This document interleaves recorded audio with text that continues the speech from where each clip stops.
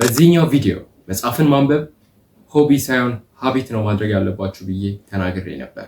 ስለዚህ መጽሐፍን ማንበብ ማየት ያለባችሁ እንደ ሆቢ ሳይሆን እንደ ምግብ ነው። በየቀኑ እንደምትበሉት ምግብ ሁሉ መጽሐፍን በየቀኑ ማንበብ አለባችሁ ማለት ነው። ዛሬ የምናየው ስለ ሀቢት ወይም ልማድ ነው። ምን ማለት እንደሆነ፣ እንዴት አእምሯችን ሬፒቲቲቭ የሆኑ ነገሮች ላይ እንደሚሰራ፣ እንዴት ሀቢትን ማዳበር እንደምንችል እና እንዴት አዲስ ሀቢትን መፍጠር እንደምንችል በዚህ ቪዲዮ አብረን የምናይ ይሆናል።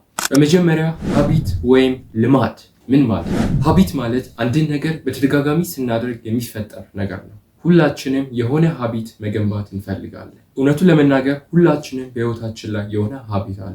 ልናቀውም ላናቀውም እንችላለን።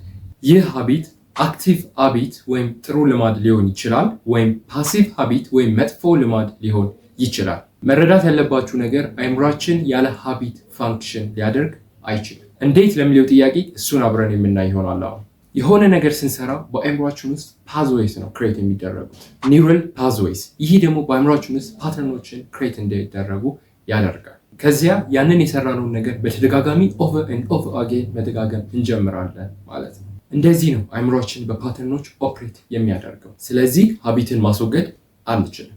አንድ ሰው ወደዚህ ዓለም ከመጣበት ቅጽበት ጀምሮ ሀቢትን ማዳበር ይጀምራል።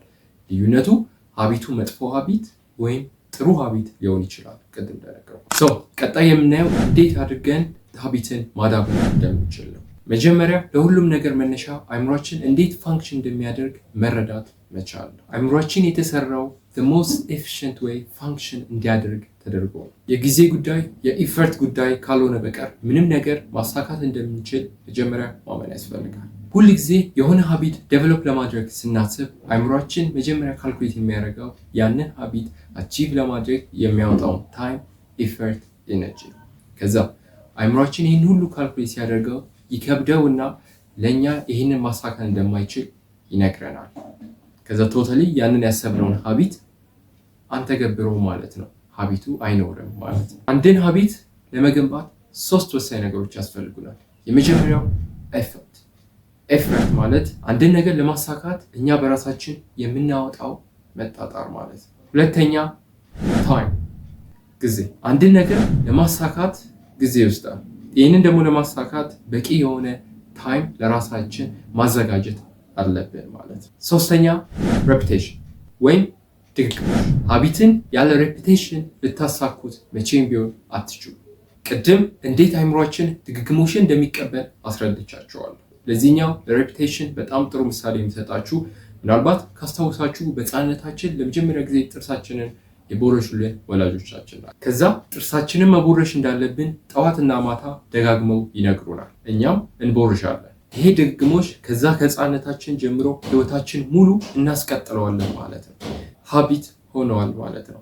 መጀመሪያ ግን እስክንማር ድረስ ያለው ስቴጅ ሀቢት አልነበረም። ምናልባትም አስም ፖይንት መቦረሽ ብናቆም እኛ ላይ የሆነ ኢፌክት ሊፈጠር ይችላል ማለት ነው። የሆነ ነገር በድግግሞሽ ስናካሄድ ቅድም የነገርኳችሁ ፓተርኖች የሚፈጠሩት ባትል ጋንግሊያ የሚባል የአእምሯችን ክፍል ውስጥ ነው። ይሄ ፓርት ነው ሬፒቲቲቭ የሆኑ ኢንፎርሜሽኖችን ስቶር የሚያደርግልን። ለምሳሌ መኪና መንዳት፣ ሳይክል መንዳት፣ ዋና መዋኘት።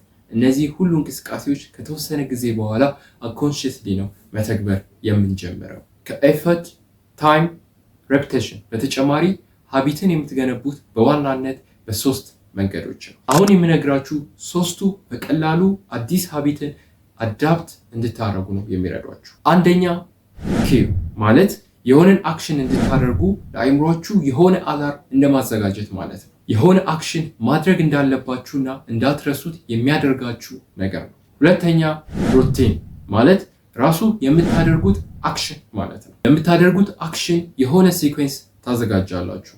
ለምን? አእምሯችን ሲኩዌንሻል ነገሮችን በቀስታ የመረዳት አቅም ስላለው ነው። ሶስተኛ ሪዋርድ ማለት ያንን አክሽን ሲጨርሱ እና በተገቢው መንገድ ኮምፕሊት ስታደርጉ ለዛ አክሽን ኮምፕሊት ማድረጋችሁ ለራሳችሁ ሽልማት ታዘጋጃላችሁ ማለት ነው። አሁን የነገርኳችሁ እነዚህ 3ቱ ነገሮች በቀላል ምሳሌ ላስረዳችሁ። ለምሳሌ እኔ አዲስ ሀቢት መፍጠር እፈልጋለሁ እንበል፣ ጂም መሄድ እፈልጋለሁ እንበል። አሁን የነገርኳችሁ 3ቱ ነገሮች ተጠቅሜ እንዴት ሀቢት እንደማደርገው ላስረዳችሁ። መጀመሪያ ኪው አዘጋጃለሁ። ለምሳሌ ጂም የሚሄደው እኔ ሁል ጊዜ በቀኑ 10 ሰዓት ከሆነ 10 ሰዓት ላይ አላርም አዘጋጃለሁ። ከዛ ሩቲን አዘጋጃለሁ ማለት ጂም እስከሄድ ድረስ ያለውንና ጂም ደርሼ ምን እንደምሰራ ከዛ ከጂም ስመለስ ያለውን ነገር አቅዳለሁ ማለት ነው። ለምሳሌ ጂም እስከሄድ ድረስ 15 ደቂቃ ወክ አደርጋለሁ። ከዛ ጂም ከደረስኩ በኋላ ለ2 ደቂቃ ልብሴን ቀይራለሁ። ለ10 ደቂቃ ዋርም አፕ ሰራለሁ ምናምን እያላችሁ እንደዚህ አይነት መንገድ ጆት ዳውን ታደርጋላችሁ። ሁለተኛው ስቴጅ ሩቲን ማለት ይሄ ነው። ሶስተኛው ሪዋርድ ነው ማለት ጂም ከጨረስኩ በኋላ ለራሴ ሽልማት አዘጋጃለሁ ማለት ነው። በትክክል አክሽኑን ኮምፕሊት ካደረግኩኝ ለምሳሌ እኔ ቪዲዮ ጌም መጫወት የምወድ ከሆነ ያን አክሽን ኮምፕሊት ካደረግኩ በኋላ ለራሴ ቪዲዮ ጌም እንድጫወት ለትንሽ ደቂቃ እፈቅዳለሁ ማለት ነው። የምፈቅደው ግን ኦንሊ አክሽኑ በትክክል ኮምፕሊት ካደረግኩኝ ብቻ። በእንደዚህ አይነት መንገድ ይህንን ነገር ለተወሰነ ጊዜ ሪፒቲቲቭሊ ሲደጋግሙት ሀቢት ይሆናል ማለት ነው። ከዛ ከተወሰነ ጊዜ በኋላ ሪዋርድ የሚባሉት ነገሮችን ታቆማላችሁ ማለት ነው። በደንብ እንድታዳምጡ የሚፈልገው ነገር ሀቢታችሁ በሞቲቬሽን ላይ ዲፔንድ እንዲያደርግ እንዳታረጉት። ሁልጊዜ እንደምላችሁ ሞቲቬሽን ከዲሲፕሊን ማስበለጥ የለባችሁ። የምትሰሩት አክሽን በሞቲቬሽናችሁ ላይ ዲፔንድ ካደረገ ከተወሰነ ጊዜ በኋላ ያ ሞቲቬሽናችሁ ከሌለ ያንን አክሽን አትሰሩትም ማለት ነው። ሀቢት የሚባል ነገር አይኖርም ማለት ነው። ዲሲፕሊን ግን ከሆናችሁ whatever it takes ያንን አክሽን ትሰሩታላችሁ። ኢቨንቹዋሊ ሀቢት ይሆናል ማለት ነው። አሁን ሀቢትን በፍጥነት አዳፕት ለማድረግ አሁን የምነግራችሁን 3 ነገሮች በደንብ አዳምጡ። አንደኛ ስታርት ስሞል። በየቀኑ ትናንሽ ነገሮችን አድርጉ፣ አቺቭ አድርጉ። at the end of the day ትልቁን ነገር ነው አቺቭ እንድታደርጉ የሚረዳችሁ። ሁለተኛው ስታኪንግ። ምን ማለት መሰላችሁ? ከዚህ በፊት ዴቨሎፕ ያደረጋችሁት ሀቢት ካለ ከዛ ሀቢት ጋር አገናኙት እንደማለት ነው። ለምሳሌ ከዚህ በፊት ጥሩ የምግብ መመገብ ሀቢት ካላችሁ አዲሱን የጂም ሀቢታችሁን ከዚህ ሀቢት ጋር አገናኙት እንደማለት ነው። ሶስተኛ አይደንቲቲ ፋንክሽን ማለት ነው። ምን ማለት መሰላችሁ?